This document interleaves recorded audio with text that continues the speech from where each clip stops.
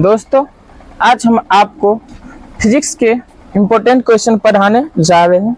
यह फिजिक्स का objective question है जो आपका पहला चैप्टर है, प्रकाश के परावर्तन और अपवर्तन, इनकी क्वेश्चन है। यह आपको एग्जाम की दृष्टि से 2025 में यह बहुत ही महत्वपूर्ण क्वेश्चन है। यह सबसे सिलेक्टेड क्वेश्चन है। यह बहुत ही मेहनत करने के बाद इसको छांट के बनाया गया है। इससे बाहर कुछ भी नहीं रहेगा बोर्ड एग्जाम में। इतना पढ़ लीजिए, काफी हुआ। आपका पहला क्वेश्चन है, प्रकाश एक तरंग है। तो प्रकाश क्या तिरछी है, क्या ध्वनि है, क्या विद्युत चुंबकीय है? तो प्रकाश एक विद्युत चुंबकीय तरंग है। क्या है? प्रकाश एक विद्युत चुंबकीय तरंग है। प्रकाश एक ऊर्जा का रूप भी है, याद रखिएगा। दूसरा क्वेश्चन है, प्रकाश हमेशा गमन करता है। तो तिरछी रेखा में, सीधी में, वक्र में, किसी भी दिशा में। तो आप लोग याद रखिएगा, हमेशा प्रकाश जो होती है वह हमेशा किस रेखा में गमन करती है, दिशा में करती है? सीधी दिशा में गमन करती है। आपका अगला क्वेश्चन है, निर्वात में प्रकाश की चाल होती है। तो आपका ए ऑप्शन है 3 × 10⁸ मीटर प्रति सेकेंड। बी है आपका 3 × 10⁸ मीटर प्रति सेकेंड। सी है आपका 3 × 10⁸ किलोमीटर प्रति घंटा। डी ऑप्शन है आपका 3 × 10⁹ मीटर प्रति सेकेंड। तो इसका सही ऑप्शन जो हो जाएगा वह होगा 3 × 10⁸ मीटर प्रति सेकेंड। उसके बाद है, प्रकाश के परावर्तन के नियम होते हैं। तो आप लोग जानते हैं कि प्रकाश के परावर्तन के कितने नियम होते हैं? 2।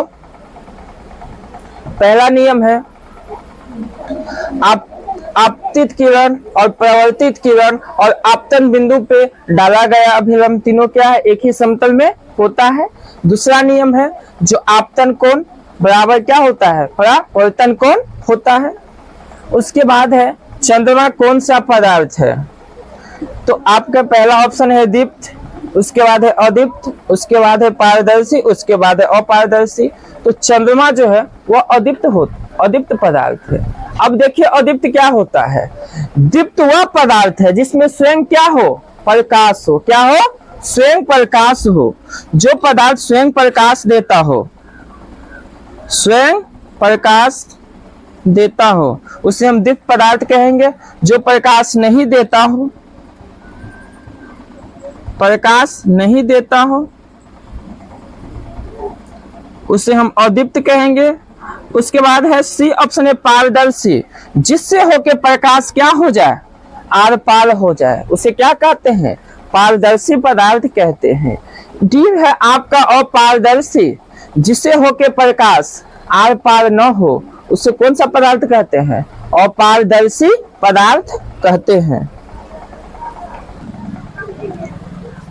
देखिए, आपका क्वेश्चन है, हजामती करने में किस दर्पण का उपयोग किया जाता है? तो इनका जो ऑप्शन हो जाएगा वो सही एक हो जाएगा, अवतल। देखिए, क्यों किया जाता है? क्योंकि अवतल दर्पण में जो होता है, जब चेहरे को कहाँ रखा जाता है, फोकस पे रखा जाता है, तो अवतल दर्पण में उसका क्या है, प्रतिबिंब क्या बनता है, बड़ा बनता है। जिसे हजाम जिसको आप कहते हैं नाई, उनको क्या होता है, दाढ़ी बनाने में क्या होता है, सुविधा होती है। इसीलिए हजामती करने में अवतल दर्पण का उपयोग किया जाता है। साइड मिरर में किस दर्पण का उपयोग किया जाता है? आपका पहला ऑप्शन है अवतल, दूसरा है उत्तल, तीसरा ऑप्शन है आपका समतल, चौथा ऑप्शन है ए और सी दोनों। तो इनका जो सही ऑप्शन हो जाएगा उत्तल दर्पण होगा। देखिए, क्यों होगा उत्तल दर्पण? क्योंकि साइड मिरर जो होता है, जैसे गाड़ी में जो आईना होती है, तो रोड पे क्या बहुत बड़ी बड़ी गाड़ी जाती है, बहुत सारा चीज रहता है, और दर्पण क्या होता है, छोटा होता है, तो उसमें उत्तल दर्पण होता है। उत्तल दर्पण में क्या होता है, सारी वस्तु समायोजित होके उसमें उसकी छोटा प्रतिबिंब क्या होता है, दिखाई देता है। इसलिए याद रखिएगा, साइड मिरर में किस दर्पण का उपयोग किया जाता है, तो उत्तल दर्पण का उपयोग किया जाता है। उसके बाद चिन्ह परिपाटी में दूरी कहाँ से मापी जाती है? आपका पहला ऑप्शन है फोकस, बी ऑप्शन है ध्रुव, सी ऑप्शन है वक्ता केंद्र, डी ऑप्शन है अनंत। तो आप लोग पढ़ चुके हैं, जो चिन्ह परिपाटी में जो होती है, या अक्ष हो या कोई भी हो, तो उनकी दूरी जो मापी जाती है, जैसे अक्ष में आपको निर्देशांक ज्यामिति में आप पढ़े होइएगा, जो उनकी अक्ष की जो दूरी मापी जाती है वो मूल बिंदु से मापी जाती है। तो चिन्ह परिपाटी में हम आपको पढ़ाए हैं, इनमें जो दूरी जो मापी जाती है वह कहाँ से मापी जाती है? ध्रुव से मापी जाती है। अवतल दर्पण की फोकस दूरी होती है तो क्या होता है? पहला ऑप्शन है धनात्मक, दूसरा है ऋणात्मक, तीसरा है शून्य और चौथा है सभी। तो आप लोग पढ़ चुके हैं अवतल दर्पण का जो होता है वह क्या होता है? ऋणात्मक होता है, और उत्तल दर्पण की फोकस दूरी जो होती है वो क्या होती है? धनात्मक होता है। फिर आपका अगला क्वेश्चन है, काल्पनिक प्रतिबिंब हमेशा होता है सीधा, उल्टा, सीधा और उल्टा दोनों, या कोई नहीं? तो काल्पनिक प्रतिबिंब जो बनता है वो हमेशा क्या बनता है? सीधा बनता है। अब वास्तविक प्रतिबिंब जो होता है वो क्या बनता है? उल्टा बनता है। तो इसका सही ऑप्शन क्या हो जाएगा? सीधा।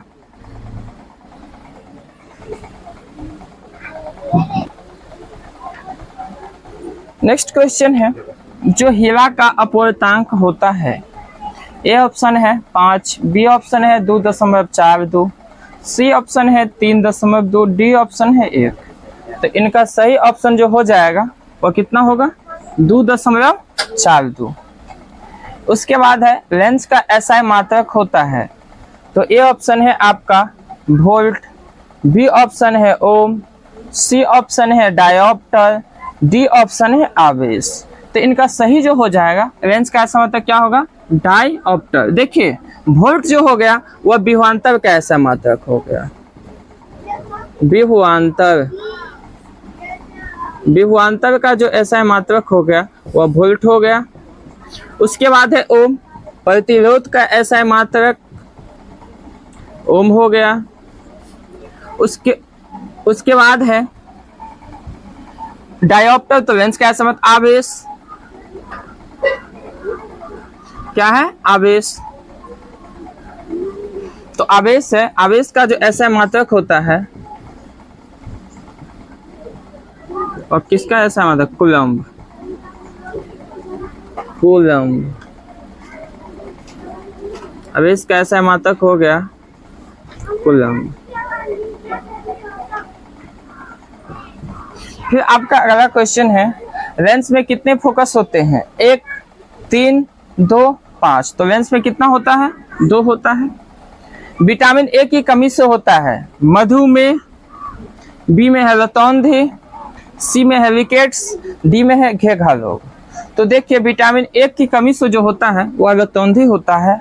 अब देखिए मधुमेह, तो इंसुलिन की कमी से क्या होता है? मधुमेह रोग होता है। मधुमेह जो होता है वह इंसुलिन की कमी से होता है।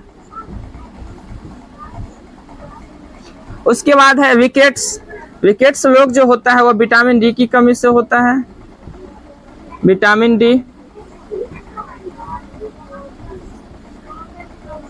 उसके बाद है घेघा रोग, घेघा रोग जो है यह आयोडीन की कमी से होता है,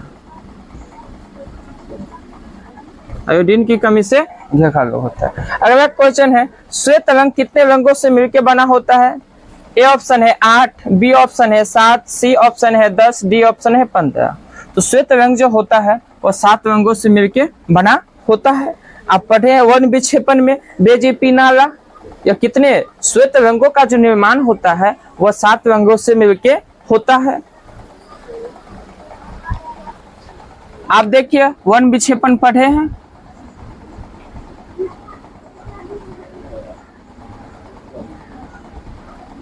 इसमें जो है श्वेत रंगों का जो निर्माण होता है वह 7 रंगों से मिलकर होता है। इनका एक ट्रिक है, देखिएगा, बेजानी पी नाला, यानी कि बे से हो गया आपका बैगनी,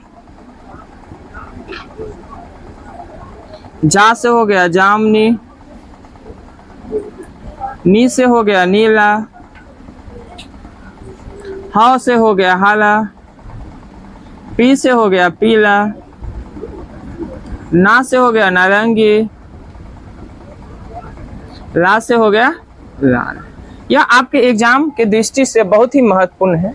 आपको क्वेश्चन ऐसे पूछा जाता है, जो वन विक्षेपण में बीच में कौन सा रंग है? तो देखिए 1 2 3 4 5 6 7, तो 7 जो है तो 3 इधर से 3 इधर से, तो बीच में कौन सा आ जाएगा, हरा कलर आ जाएगा।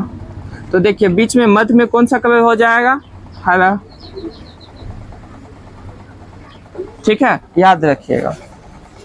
इसके बाद पूछा जाता है जो सबसे अधिक तरंग दैर्घ्य किस कलर का होता है।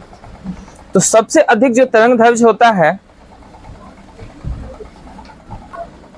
तो देखिए आपको क्वेश्चन पूछा जाता है जो वन विक्षेपण में कितने रंग होते हैं, तो कोई कितना रंग हो गया, 7। कितना रंग हो गया, 7। 7 रंगों से मिलके किसका निर्माण होता है, श्वेत रंगों का। और आप याद रखिएगा प्राथमिक कलर, यह बहुत एग्जाम के दृष्टि से बहुत महत्वपूर्ण है। प्राथमिक रंगों की जो संख्या होती है वह 3 होती है, याद रखिएगा। कितना, 3। यह बोर्ड एग्जाम के बहुत ही महत्वपूर्ण है। कौन कौन होता है,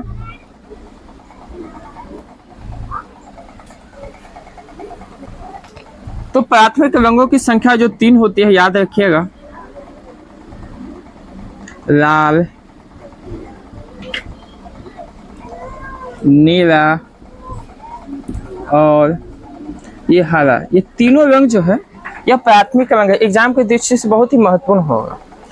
और सबसे अधिक तरंग दैर्घ्य जो होता है वह किनका होता है, लाल का होता है। तरंग दैर्घ्य सबसे अधिक।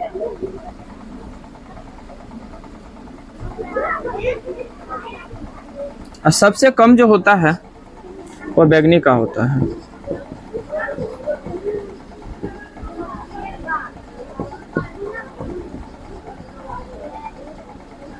किसका होता है सबसे कम तरंग दैर्घ्य, बैंगनी है। सबसे अधिक तरंग दैर्घ्य लाल रंग का होता है। अगला आपका क्वेश्चन है प्रिज्म में कितने आयताकार सतह होते हैं। पहला ऑप्शन है 3, बी ऑप्शन है 2, सी ऑप्शन है 5, डी ऑप्शन है 7। तो प्रिज्म में कुल 5 सतह होते हैं, 5 फलक होता है। देखिए ये आपका क्या है, प्रिज्म है।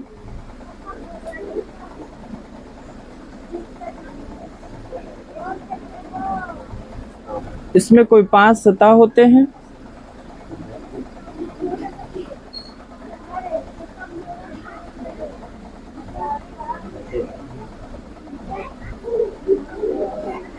जिसमें 2 त्रिभुजाकार सतह होते हैं, 3 आयताकार होते हैं, कुल 5 सतह होते हैं। तो कुल सतह जो हो गया यह फलक वह 5 हो गया। 5 में आपका त्रिभुजाकार सतह 2 और आयताकार सतह, त्रिभुजाकार सतह 2 हो गया, आयताकार 3 हो गया।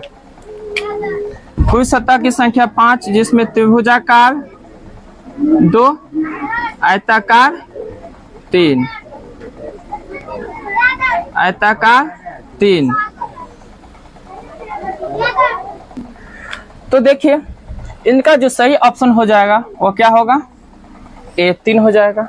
फिर अगला कहता है वन विक्षेपण के मध्य में कौन सा रंग होता है। अभी हम जस्ट आपको पढ़ाए हैं, बीच में जो कौन सा कलर होता है आपका, हरा होता है। सबसे अधिक तरंग दैर्घ्य किस रंग का होता है, तो सबसे अधिक लाल का होता है और सबसे कम किसका होता है, बैंगनी का होता है। निकट दृष्टि दोष को दूर किस लेंस से दूर किया जाता है। तो दृष्टि दोष 3 प्रकार के होते हैं। कितने प्रकार, 3 प्रकार। देखिए दृष्टि दोष 3 प्रकार होते हैं। एक होता है निकट दृष्टि दोष, एक होता है दूर दृष्टि दोष, एक होता है जरा दृष्टि दोष। जरा दृष्टि दोष। निकट दृष्टि में क्या होता है, निकट की वस्तु तो दिखाई देती है लेकिन दूर की वस्तु उस वक्त से पीड़ित को नहीं दिखाई देती है। तो निकट दृष्टि दोष को दूर करने के लिए ऑप्टल लेंस का उपयोग किया जाता है। किस लेंस का, ऑप्टल लेंस। दूर दृष्टि दोष में क्या होता है, दूर की व्यक्ति वस्तु दिखाई देती है लेकिन निकट का वस्तु दिखाई नहीं देता है, इसलिए दूरदृष्टि दोष को दूर करने के लिए उत्तल लेंस का उपयोग किया जाता है। और जला दृष्टि में क्या होता है, नहीं तो स्पष्ट रूप से दूर की ही वस्तु दिखाई देती है और नहीं नजदीक की वस्तु दिखाई देती है। इस दोष को दूर करने के लिए बाइफोकल लेंस का उपयोग किया जाता है, जिसमें दोनों प्रकार के लेंस लगे होते हैं, अवतल और उत्तल दोनों लेंस लगे होते हैं। उसके बाद अगला क्वेश्चन है आपका, निकट दृष्टि दोष को किस लेंस से दूर किया जाता है? तो क्या हो जाएगा, ऑप्शन नंबर ए अवतल। नेत्र में किसी वस्तु का प्रतिबिंब कहाँ बनता है? तो आप लोग जानते हैं जो किसी वस्तु का प्रतिबिंब जो बनता है वो कहाँ बनता है, रेटिना पर बनता है। यदि यह मेरा वीडियो आपको अच्छा लगे तो हमारे चैनल को लाइक और सब्सक्राइब जरूर कीजिएगा। धन्यवाद। इसे मार दीजिए। दोस्तों, आज आपको हम क्लास 9th के जीव विज्ञान के फर्स्ट चैप्टर के कुछ महत्वपूर्ण क्वेश्चन आपके सामने पढ़ाने जा रहे हैं। पहला क्वेश्चन है, जो जीव विज्ञान जो है, विज्ञान के कितने शाखा होते हैं? विज्ञान के शाखा, तो आप जानते हैं कि विज्ञान के प्रमुख 3 शाखा होते हैं। पहला जीव विज्ञान,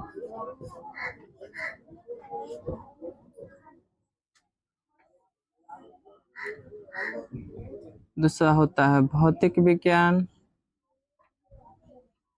भौतिकी विज्ञान, तीसरा होता है रसायन विज्ञान।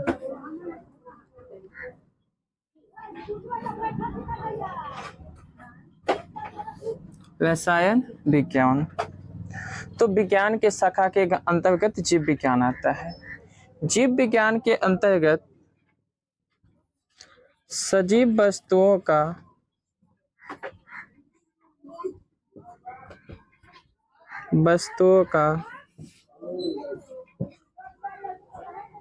विस्तार पूर्वक अध्ययन किया जाता है। अध्ययन किया जाता है, इसे जीव विज्ञान कहते हैं। जीव विज्ञान का पिता जो है, जीव विज्ञान का पिता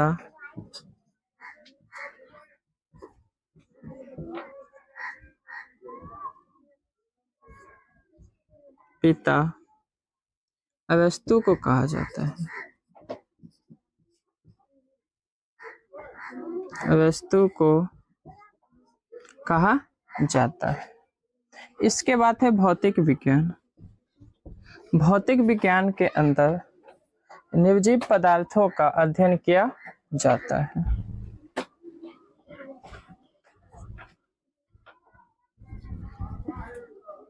भौतिक विज्ञान के अंतर्गत ब्रह्मांड में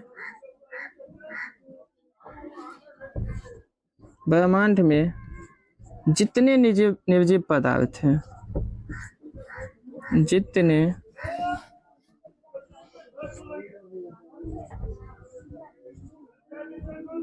निर्जीव पदार्थों का अध्ययन किया जाता है।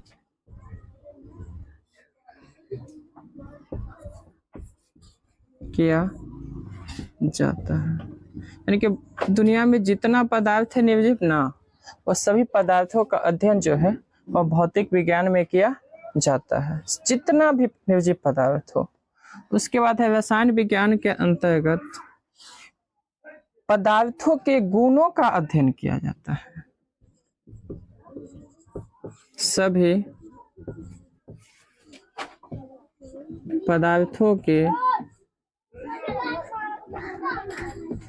गुणों का अध्ययन किया जाता है।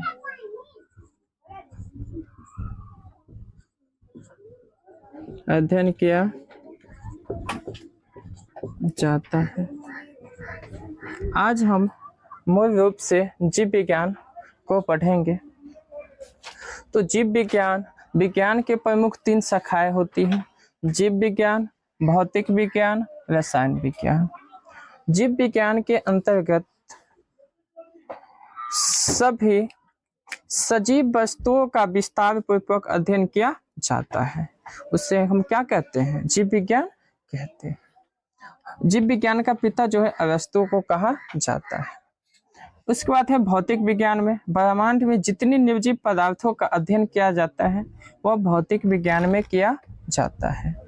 रसायन विज्ञान, सभी पदार्थों को गुणों का जो अध्ययन किया जाता है वह किसमें किया जाता है? रसायन विज्ञान के अंतर्गत किया जाता है। तो अब आते हैं हम लोग जीव विज्ञान पे। तो जीव विज्ञान, जिनको हम अंग्रेजी में कहते हैं बायोलॉजी। बायोलॉजी 2 शब्दों से मिलकर बना हुआ है। एक है बायो,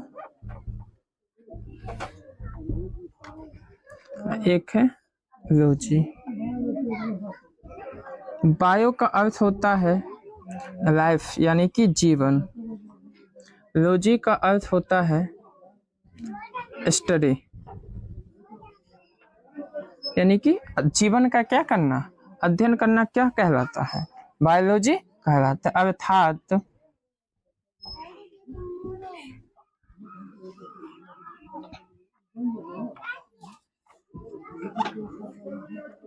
जीवन का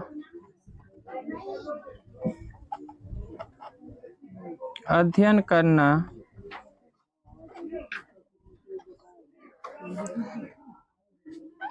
जीवन का अध्ययन करना क्या कहलाता है?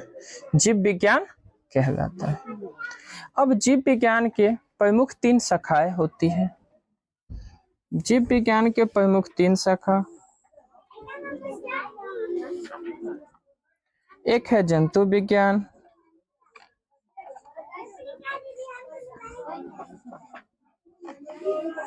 दूसरा है वनस्पति विज्ञान,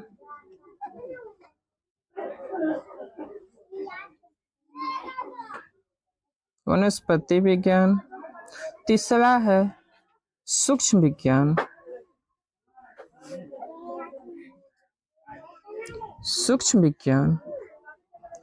तो जीव विज्ञान के भी प्रमुख 3 शाखाएं हैं: जंतु विज्ञान, वनस्पति विज्ञान, सूक्ष्म विज्ञान।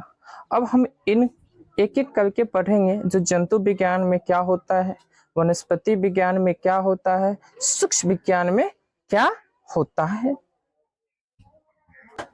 अब देखिए, हम लोग जीव विज्ञान पे हैं। तो जीव विज्ञान के हम लोग पढ़े थे 3 शाखा।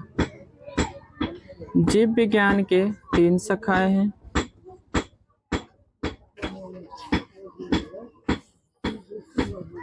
जीव विज्ञान के कितने शाखा है? जीव विज्ञान के शाखाएं 3 शाखाएं हैं। पहला है जंतु विज्ञान। जंतु विज्ञान, जिसको हम इंग्लिश में क्या कहते हैं? जूलॉजी। जूलॉजी कहते हैं। दूसरा था वनस्पति विज्ञान। वनस्पति विज्ञान, जिसको कहते हैं बोटनी। क्या कहते हैं? बोटनी।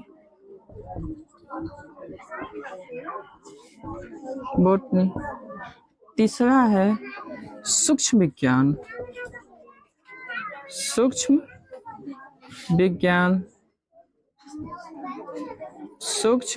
विज्ञान, जिसको कहते हैं माइक्रोलॉजी।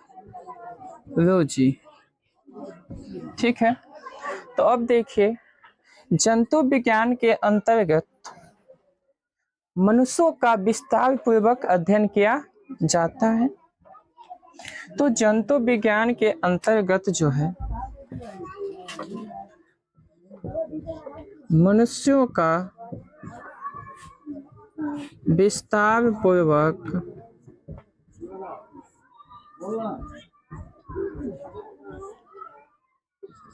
अध्ययन किया जाता है।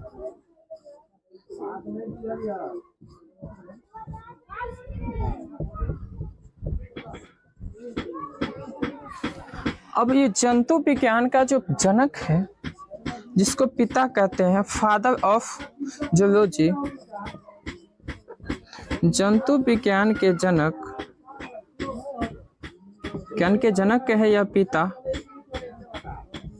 ये अरस्तु जी हैं। वनस्पति विज्ञान जीव विज्ञान की वह शाखा है जिनके अंतर्गत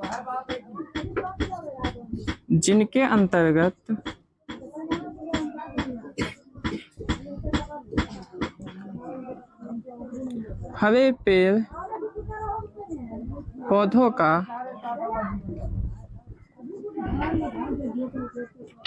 विस्तार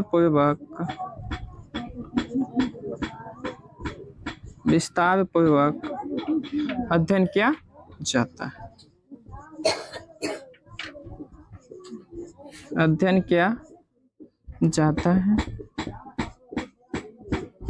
अब वनस्पति विज्ञान का पिता, वनस्पति विज्ञान का पिता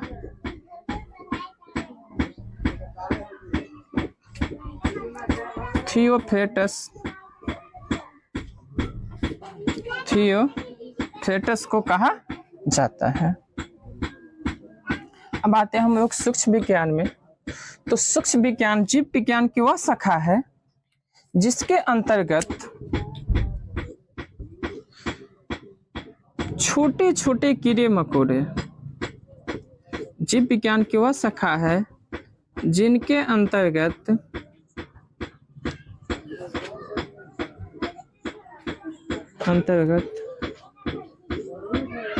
छोटे छोटे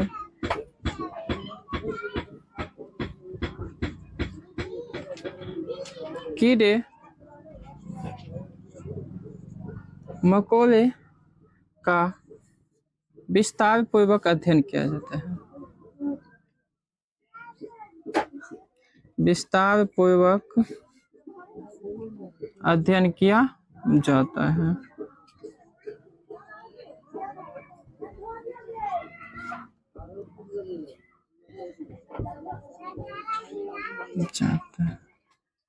अब है सूक्ष्म विज्ञान का पिता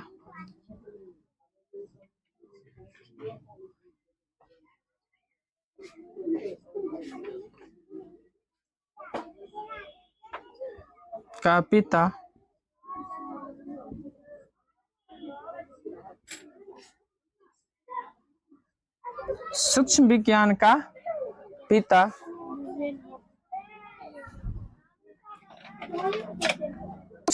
का पिता ल्यूवन वैन हॉक को कहा जाता है। तो अब देखिए हम आपके बीच कुछ क्वेश्चन पढ़ाने जा रहे हैं। पहला क्वेश्चन है जो जीव विज्ञान किसके, पहला क्वेश्चन है जीव विज्ञान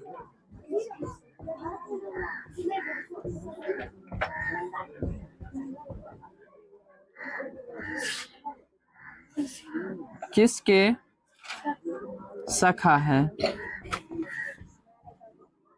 तो अभी आप पढ़े हैं जो जीव विज्ञान जो है वो किनके शाखा है, विज्ञान के। किनके शाखा है, विज्ञान के। तो आपका जो आंसर हो जाएगा वो क्या हो जाएगा, विज्ञान। क्या होगा, विज्ञान। फिर क्वेश्चन आगे है आपका, जो बायोलॉजी का अर्थ क्या होता है। बायोलॉजी का अर्थ क्या होता है।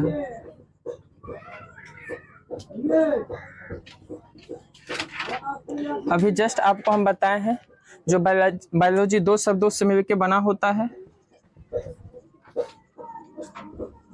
कितने शब्दों से मिलके? 2 शब्दों से, एक बायो से, एक लॉजी से। बायो का अर्थ होता है लाइफ यानी कि जीवन, लॉजी का अर्थ होता है स्टडी यानी कि अध्ययन। क्या होता है? अध्ययन, यानी कि जीवन का अध्ययन करना, जीवन का अध्ययन करना। अगला क्वेश्चन है आपका अगला क्वेश्चन है, जीव विज्ञान का पिता किसे कहा जाता है? जीव विज्ञान का पिता किसे कहा जाता है?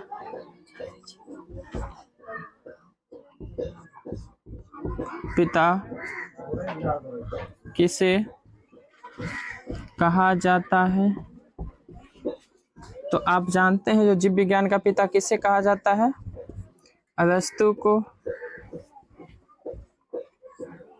नेक्स्ट क्वेश्चन है आपका, जो हरे पेड़ पौधों का अध्ययन विज्ञान के किस शाखा के अंतर्गत किया जाता है? हरे पेड़ पौधों का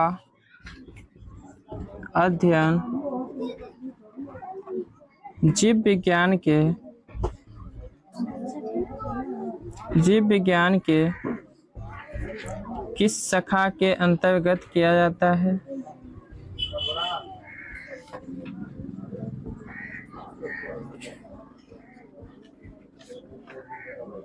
अंतर्गत किया जाता है। तो आप जानते हैं जो हरे पेड़ पौधों का अध्ययन जीव विज्ञान के किस शाखा के? तो जीव विज्ञान के 3 शाखा पढ़ाए थे आपको, जंतु विज्ञान, वनस्पति विज्ञान और पढ़ाए थे सूक्ष्म विज्ञान। तो हरे पेड़ पौधे का अध्ययन जो आपको किया जाता है वह वनस्पति विज्ञान में, वनस्पति विज्ञान, वनस्पति विज्ञान।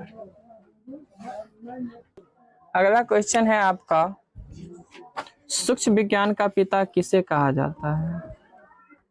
सूक्ष्म विज्ञान का पिता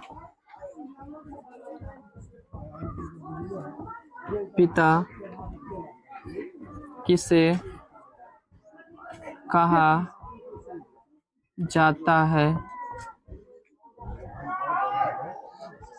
तो अभी आपको हमने पढ़ाए हैं जो सूक्ष्म विज्ञान के अंतर्गत छोटे छोटे कीड़े मकोड़ों का अध्ययन किया जाता है, इनके पिता लीवेन हॉक को कहा जाता है। आपका अगला क्वेश्चन है, जो कोशिका का खोज किसने किया?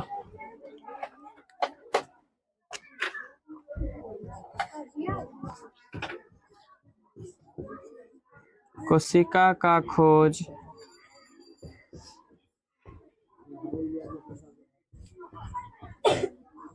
किसने किया?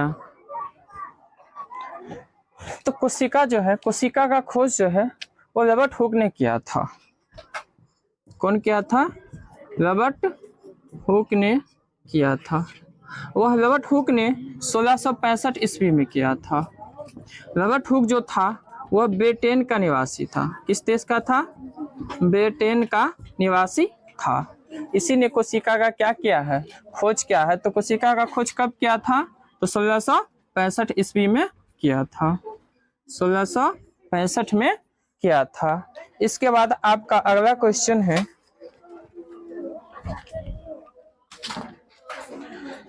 जीवित कोशिका का खोज किसने किया? जीवित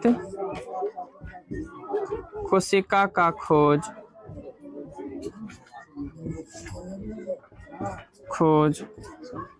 किसने किया?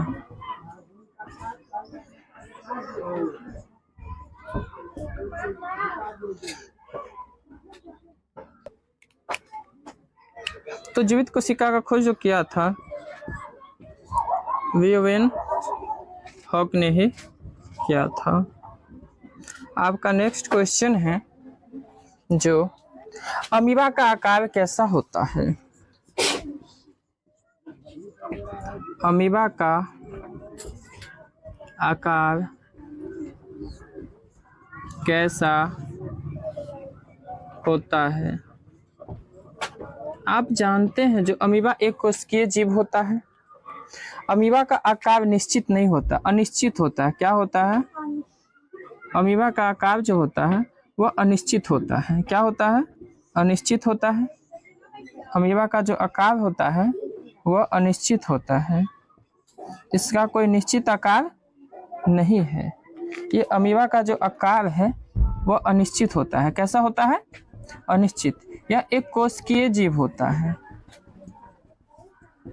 तो इसके आकार जो होता है अनिश्चित होता है, अनिश्चित होता है। यह एक कोशिकीय जीव है, यह एक कोशिकीय जीव है, इसका कोई आकार नहीं होता है। अनिश्चित का मतलब क्या है? इसका कोई आकार नहीं, इसकी आकार जो हो क्या है? बदलता रहता है।